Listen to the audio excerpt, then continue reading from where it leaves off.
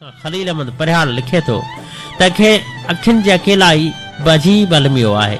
सर्द ॻोढ़नि जो सफ़र शहरी जी समूरी सुंदरता सुञ जे सरहदनि ते टांके छॾे थो। ही अंभोर अखियुनि में अजर की आस जॾहिं निरास नींहं जो नसीब ओढे थी त न ॼाण केतिरियूं ई भोगनाऊं बेबस बदन जे बहारुनि खे भेले वेंदियूं आहिनि ऐं चेट जी चिलवली चांडाण चाहत जी चरागत ते चौमासी जो दर्द विखेरे थी। पोइ बि खुमारियल ख्वाब खंडर नाहिनि थिया। उमीदुनि जे आकाश ते अॼु बि उजरा सुबुह आहिनि। निमा शामुनि जा निज़ारा नींहं ते नाहिनि लथा। न लाड़ जी लालाण ते लहंदड़ सिज जियां तन तां तमनाऊं लथियूं आहिनि त फ़क़ति वेसारनि जी वाट ते वाहूंदनि जूं वार्ताऊं गलनि जे ॻोठनि ते ॻोढ़नि जूं ॻोल्हाऊं ऐं शामड़ीअ जे सुरमई पाछनि ते संभारूं लथियूं आहिनि।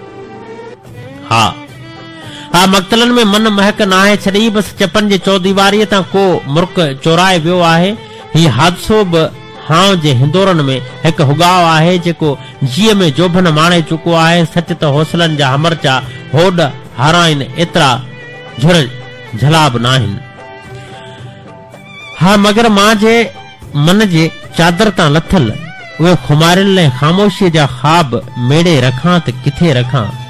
हा जहिड़ी जाग झोर जीवन तेड़ो जीअं पिरी तो कया सभु कुर्ब में मूसां यतोर साजन सभु संभोर तूं सचाईअ सां संभरी।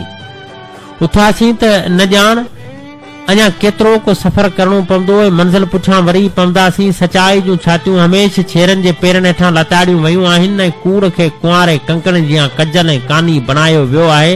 सच सदाई कंडनि ते सलाड़जे थो ऐं कूड़ कोमल कविताउनि जियां दाद जो दिलरुबाई वेस माणे थो। ही फनाई दुनिया जा फ़लसफ़ा फेरण बि हिकु फन आहे, हिकु हाउ ॾारींदड़ हक़ीक़त ऐं हादसो आहे जंहिंखे सम्झण लाइ सदन जहिड़ो सफ़र घुर्जे। मकली जी माठ ओढे सुतल अखियूं घुर्जनि, हमालिया जहिड़ो हमरचो ॻाईंदड़ अल्फाज़ घुर्जनि ऐं हा समुंड जहिड़ियूं गहरायूं घुर्जनि।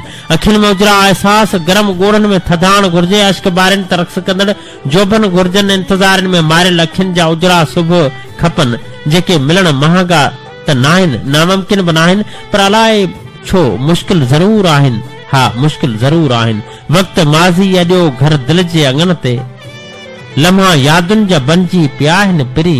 ॿुधाए नेण अलाए किथे तो छॾिया आहिनि पिरी। मीरपुर बठोरे खां हबीब जूने जी उमाणे ललाए ते कंहिंजी शाइरी। सांवरीअ जे सार में साल ई गुज़री वियो, हर घड़ी इंतज़ार में साल ई गुज़री वियो। कुझु ख़ुशियूं मिलियूं मायूसियूं बि मिलियूं, जीत ऐं हार में साल ई गुज़री वियो। नेण नशी ला ॾिठमि चेहरा चांदनी पिरी, दर्शन ऐं दीदार में साल ई गुज़री वियो। दर्द संगीन थी वियो, रूह रंगीन थी वियो, बिरह जी बहार में साल ई गुज़री वियो। मंज़िल नाहे परे विख वधाए त ॾिसो, फथकंदे ॼार में साल ई गुज़री वियो। हक़ सचे नायत लिखण खां न कीबाइजे, सचे किरदार में साल ई गुज़री वियो।